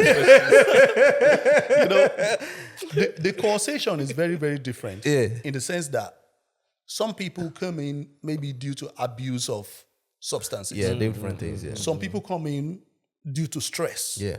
Stress from work. Some people even come in like after childbirth. Because I met women there that had like mental health illness straight after childbirth. they had kids. Yeah. And it happens, We sit down, we talk together. I mean, when you are well and okay. And they give you a lot of medication. They hold you down if they have to hold you down. If two people have to look after you, two people. Like, my weight I was way over 120 kg because of the side effects of the medication. That's crazy, You know? And I was there for 5 months. When I came out of the hospital after 5 months, I had been evicted from my flat. Because I had this small studio I was living. The landlord I can't find anything from that flat till today. So he took everything, cleared took all everything your away. stuff. He cleared it out. He probably was looking out for you and everything. He probably didn't know where you was at the time. So when I came out, I didn't have clothes. Like, someone gave me a shirt, someone gave me a trouser, someone gave me these. And That is mad, And I started back from the couch again. That's crazy. Because when we talk about mental health and everything, I'm listening to you and everything, yeah. And I'm thinking, do you think growing up where you grew up and how you grew up probably played a part to it? Or do you think it was when you came over here? You never can tell. You never can tell. Something must have triggered it, but it's difficult to pinpoint. It's difficult to pinpoint. Yeah. The most important thing is that when I now came out of the hospital admission, I then now had to face life in itself. Yeah, of course. Like, how did I go through all that I went through and then end up like this? I didn't see myself coming out of that. That was when the depression itself set in. Depression in abroad, like us Africans say. Yeah, depression in the diaspora is a real thing. It's a real thing. It is. When you don't have family around you. Oh, yeah. Right? When you don't have family around you, you don't have friends, you don't know anybody. Maybe you're still trying to figure it out and all this kind of, bro, it's easy to fall into that depression, bro. Oh, yeah. Oh, yeah. I'm telling you, fam. Oh, yeah. We don't have enough time, but like, stories for days, bro. It's a real thing. It's a real thing. And I feel like we've all gone through it. Yeah. What? We've all gone through it. We're probably still going through it somehow. Yeah. But then sometimes we're not men enough to actually acknowledge it. Trust me. And then say, bro, I'm depressed. Like, we always try to bottle it up. I tell people, if you have to cry, cry. If you have to let it out, let it out. Yeah. You are not alone. You're not alone in this, bro. This journey is not easy. First hand experience. My journey is different from yours, obviously. Obviously, when I came in and all that, I stayed with family a month. They said, hey, you just have to find your own thing. You know what I mean? Just one of them ones. And just being, bro, the first room that I stayed in was like a box room. That's what they call it at the time. A fucking box room with fucking molds on the wall. No heating in the room, bro. Wow. And this was like February. Freezing, fam. I've never seen that kind of cold in my life. Because I was there. It got to a point, I had to call my mom. I said, I want to come back home. Oh, yeah. I said, I will need to come back home because what happened was, because my family is like a middle class family, right? Yeah, so we were somewhat comfortable. But then it was one of them ones, I was at home and hanging out with friends and all this kind of thing. So my dad was looking, the way this guy is going, It's going to end up it's going to end up, so I'm going to send him out, so that he can jump into the deep end and everything and figure it out. So when that came over, he said, I'm just going to pay your thing for a month and then you figure it out after that time. And that was basically what happened. And you stand the deep end. He sent you now. What? Bro, that box room, I still remember the address till today. I still remember the place till today. Fam, I had to call my mom. I said, Mom, I want to come back home. She said, nah, you can't. No way. You need to go. Cause I was there, the bed rubbish bed. The bridge has been burnt. The boat has been burnt. burnt. No going back. You know what I mean? Survival mode. Fam, I had to go for my first job at that time was McDonald's, bruv. So I go to college in the morning. I go to school in the morning, come back.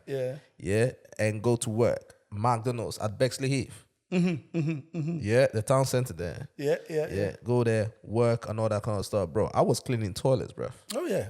That's what I was doing there. Is it? Yes, that was my first job.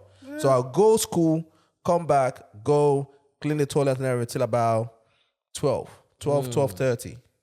Come back. And then I spent about a month there, left, and then I got a job at 805. Oh, yeah. I know you said that one. I got a job at 805 as a bottle boy. Yeah. These were like early days of 805. Washing place and all of that. Washing place and glasses and everything. Oh, yeah. Fam, I was fuming on the weekends, bruv. Oh, yeah. Because you see people coming with their girlfriends and everything, bro. Fam, you're there. The plates do not stop coming. They do not stop, especially on the weekends, fam. You be like, when is this plate going to finish? My God. You are there, right? By the bar. You're there by the bar, yeah? Underneath is a fucking dishwasher. Oh, yeah. So as the glasses are coming in there, you're just rinsing them, putting the dishwasher. I'm telling you, fam. So, man, there was this job as well that I did one time. Imperial College. Yeah. They used to have like residence. Yeah. Then they use it in the summer for like tourists. So you be there making beds. And you make tons of beds. These beds never finish. When you got there and they showed you who the supervisor was, his back was at an angle. It was like bending towards. Yeah. And then you'd be like, God, I have found a job here. Yeah. This, like, you make beds and you go home, your legs are shaking. What? God damn it. But I'm telling you, bro, I was at 805 and everything, yeah? left 805. Well, I didn't leave. What happened was, no, I left because I got another job with an agency. And that's probably why I hate agencies till today. Because these guys were dogging me out, bro. I'm telling you, I'll go to work early in the morning, bro. I'll use the bus then from Plumstead because I didn't have the money to get train. To get the train, no chance. So I'll use the bus from Plumstead to Central London, bro, early in the morning. That's like 2 hours journey. Is that 53? Yeah. You know what I mean, fam? You know what I mean? Go to work, finish and come back in the afternoon. As I'm walking into my house, they will literally call me and say, "Oh, sorry, somebody missed their job and everything. Please, can you cover up tonight?" And I was doing this for these bastards and everything, yeah. And the day that I said, "Sorry, I can't make it," That's it. that was They it. cut you off. That is Cut it. me out, bro. That is it. So I was looking for work, and just like yourself, yeah, the landlord of that box room, fam, I went to college one day and came back. Mama had changed the lock.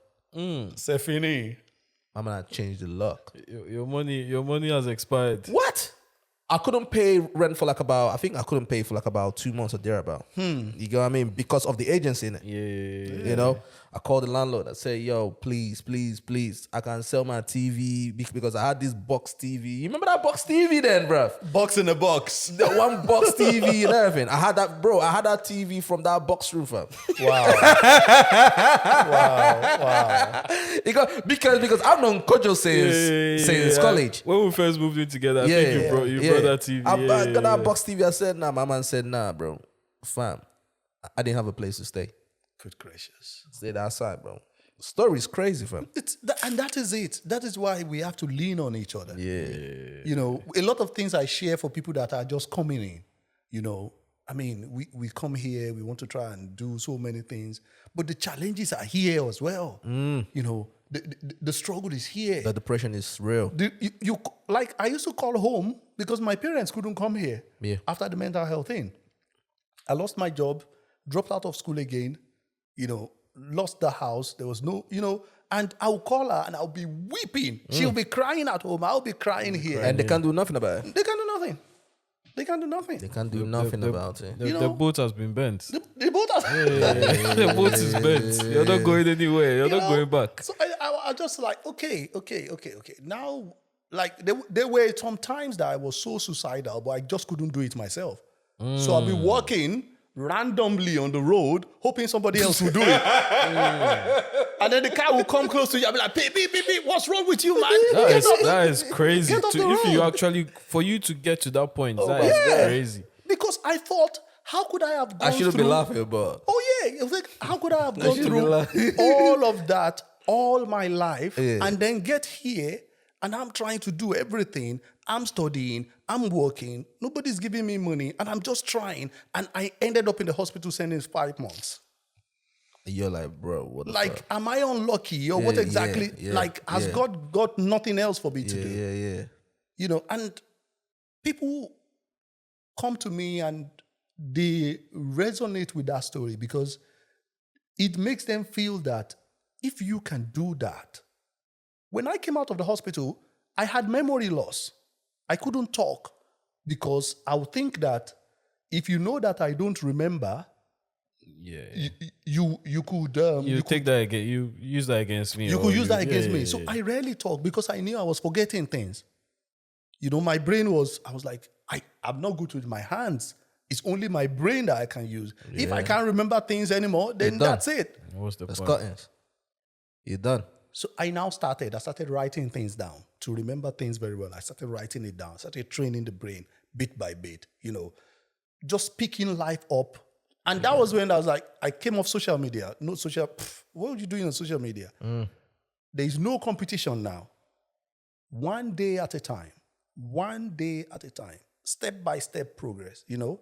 I went back as an undergraduate at 30 years. You know, I went back to South Bank University. I was 30 years. In my class, everybody was in their 20s.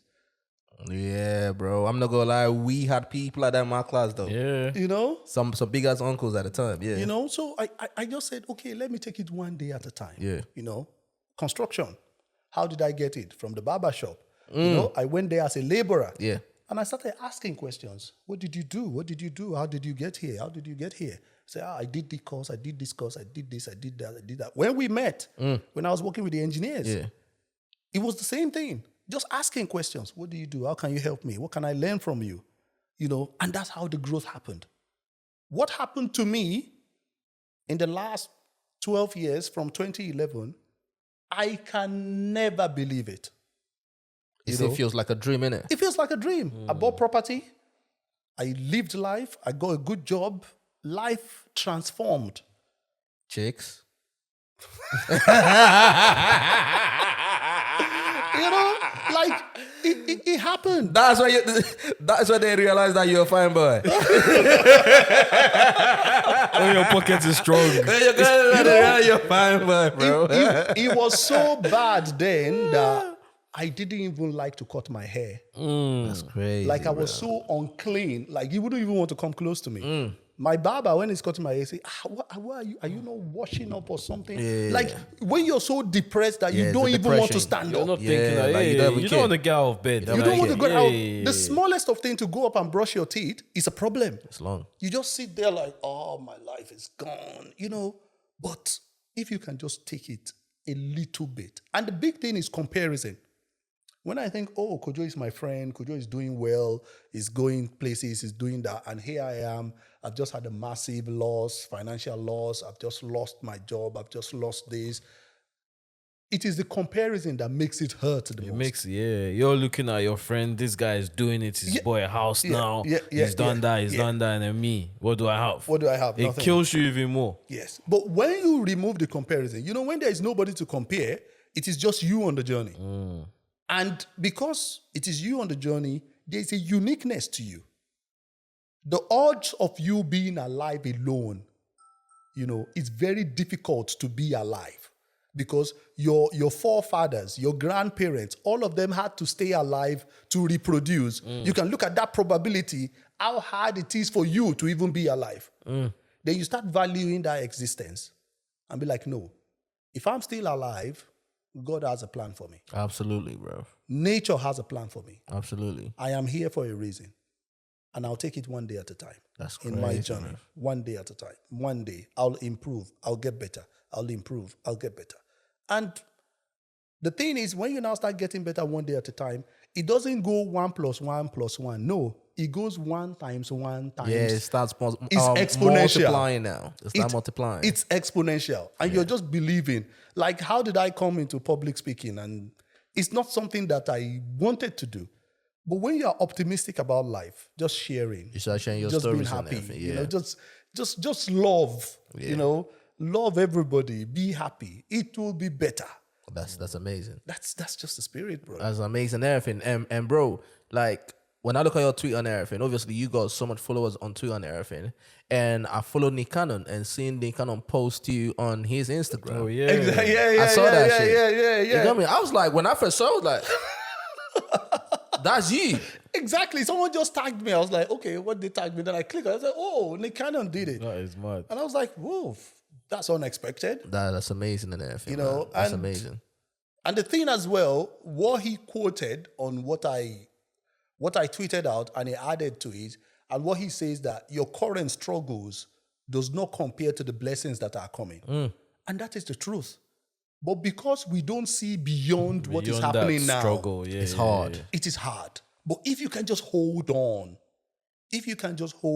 I'm a student of biographies. I read biographies a lot. Will Smith, I read as much as possible. Yeah. Then I now understand there are points where these people don't even know what's going to happen. You know, they don't know. But they just hold on to They that just hope. hold on to that dream. They hold on to that hope. They be like, well, let me reach out to people. Let me talk to people. Let me move with people. Great things can still happen. And that is just the spirit. Don't give up. Don't give up. As long as you are still here, there is a plan for you to Just do keep something. pushing. Just keep pushing. So far as you're Keep still going. alive. Who are your inspirations? Because we all have one. You know, we all have one. Me myself is Cole. He probably knows this guy. Me myself is Jay-Z. I'm not gonna lie. When I look at, but the part of the reason why I look at him is his life story, where he came from to who he is right now. Yes.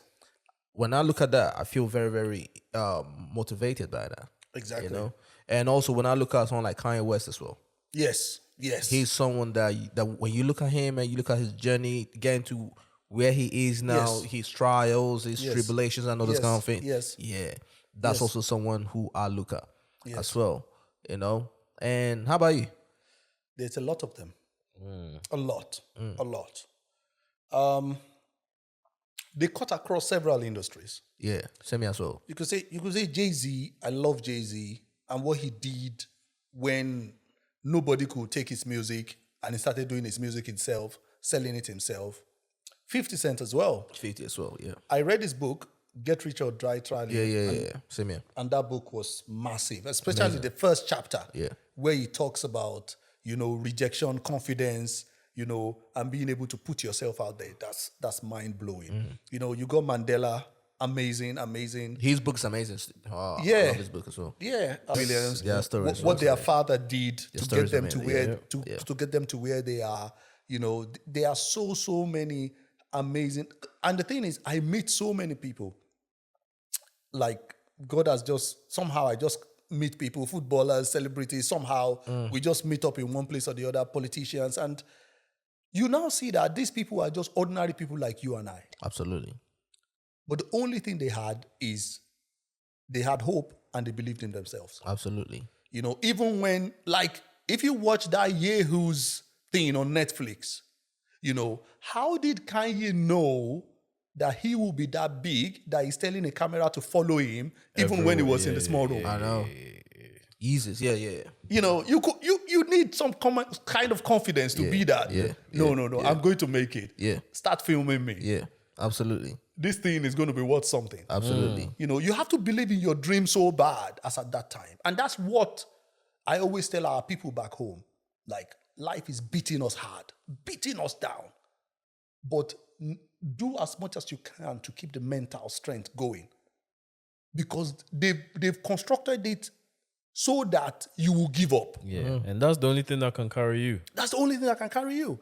They've constructed it so that they don't want you to push anymore. That's why those constraints are there. You go to the embassy, they just throw you your passport back.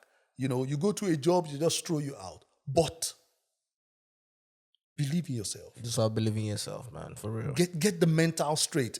Start feeding yourself positive stuff. Anybody that talks you down, you don't need those people by your side.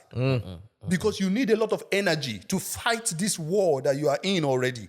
You need a lot of positivity. You don't need negative people. No. Not people that they would say, people that will tell you about your limitations rather than your potential. You want to get them away out of your life. You don't need them. Yeah. But then also with the other people as well, they have to be teachable as well. They have to be open to take whatever advice because I agree with you about keeping people that tell you about your potential around you, but then also that person has to be that other person to take in whatever motivational advice or inspiration that they're giving that person. 100%. You know what I'm saying? You got to be a sponge. You must be ready to soak anything in. You must be ready to learn.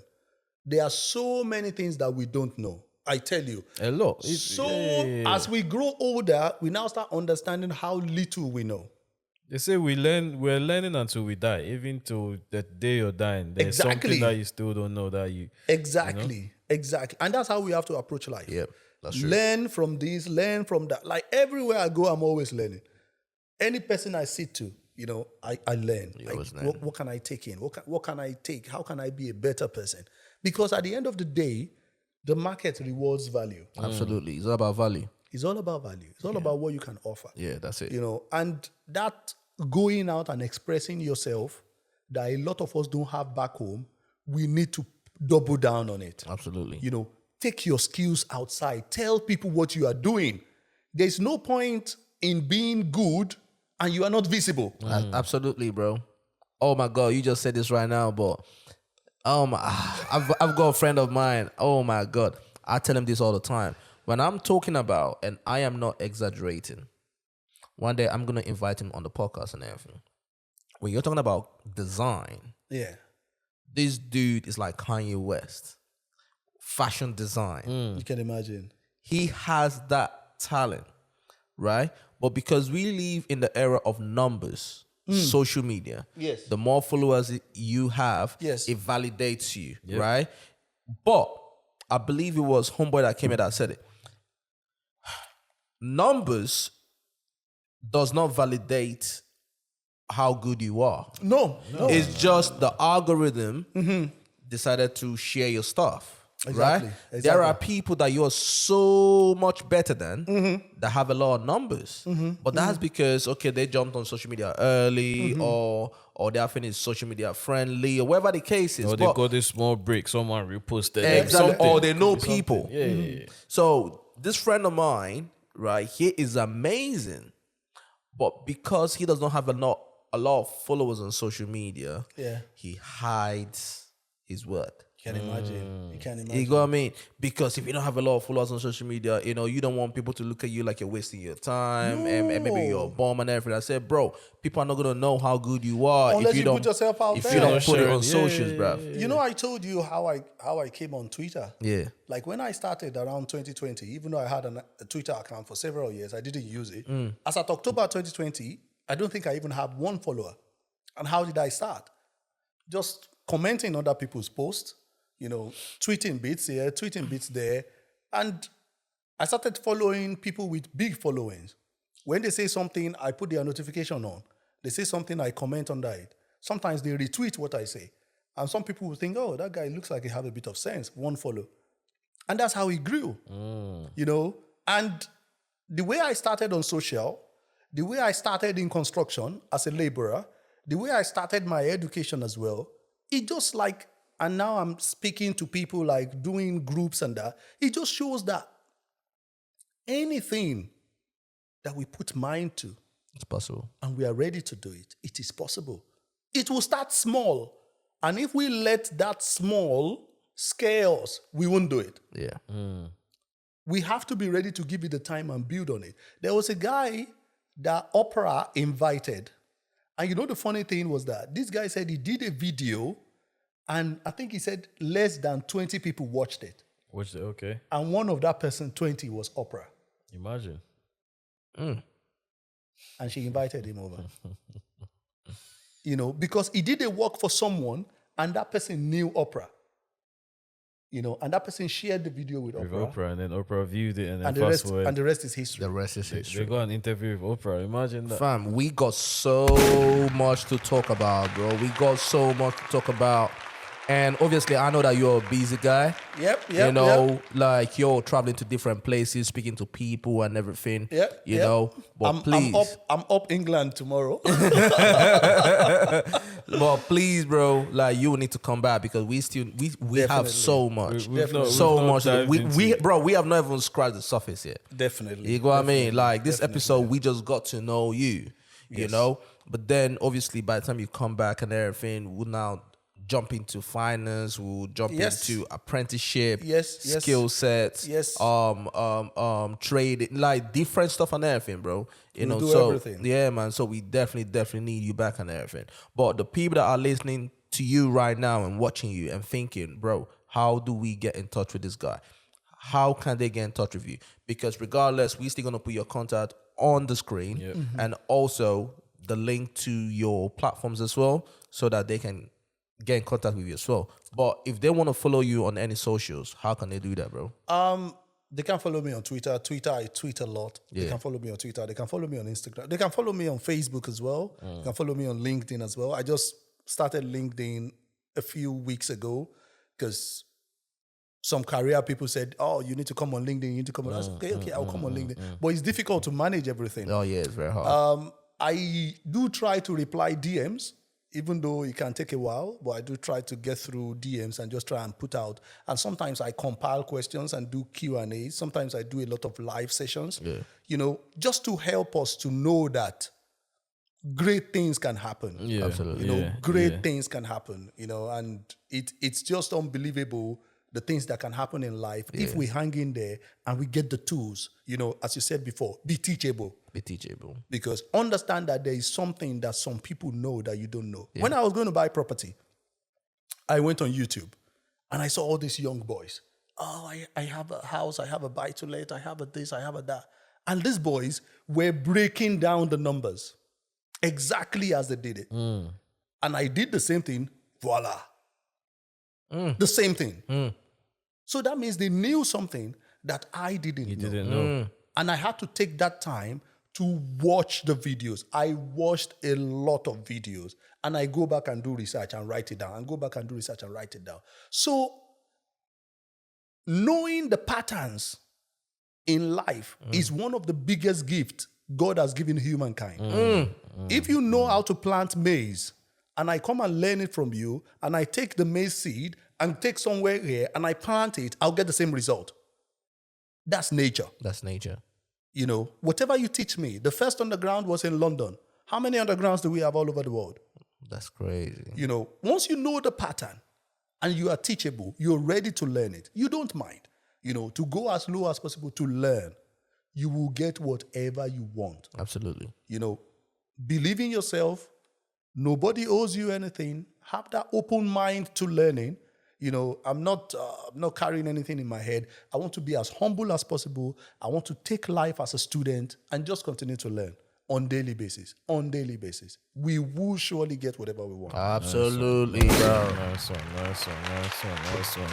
Thank you. Yes, sir. Fam, listen, Cole.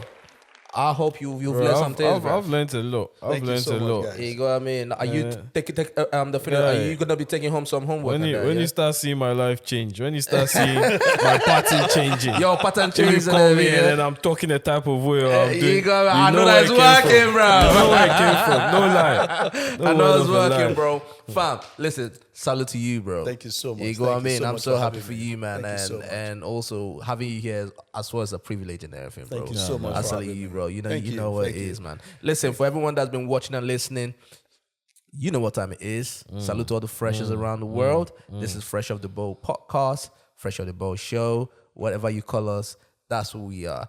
It's your boy Toby and your boy Cole. Salute to Kelly, and until next time, peace out. Go.